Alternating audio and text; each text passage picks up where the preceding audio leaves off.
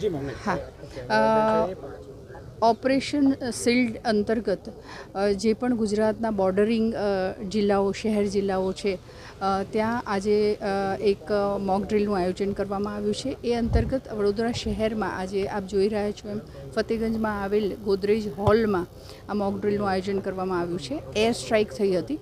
Air strike થતાની સાથે જ police control રૂમને એક મેસેજ કરવામાં આવ્યો હતો. પોલીસ કંટ્રોલ રૂમ દ્વારા અલગ અલગ એજન્સીઓ જે આની સાથે સંકળાયેલી છે એને મેસેજો કરવામાં આવ્યા હતા.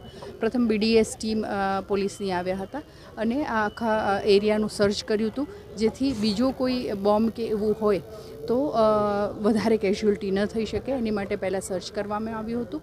BDS ટીમ દ્વારા ઓલ ક્લિયર આપ્યા બાદ ફાયર અને ડિઝાસ્ટર મેનેજમેન્ટ ટીમને અંદર રેસ્ક્યુ માટે મોકલવામાં આવ્યા હતા, જ્યાં ડેથ થયેલા લોકોની પણ હોસ્પિટલમાં લઈ જવામાં આવ્યા છે અને સાથે સાથે કેઝ્યુઅલ્ટી થઈ હોય એવા લોકોને પણ SSG હોસ્પિટલ લઈ જવાની ડ્રીલ અત્યારે ચાલી રહી છે. ટીમો આમાં જોડાય છે?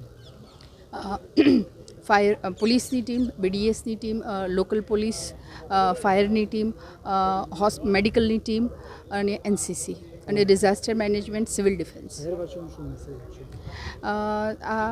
આ પ્રકારની ડ્રીલ કરીને એક શહેરના લોકોને સેન્સિટાઇઝ કરી રહ્યા છે કે જેથી આવું કોઈ બનાવ ઉદ્ભવે ત્યારે એ લોકો એલર્ટ રહે અને શું પ્રોસિજર છે એનાથી અવગત થાય.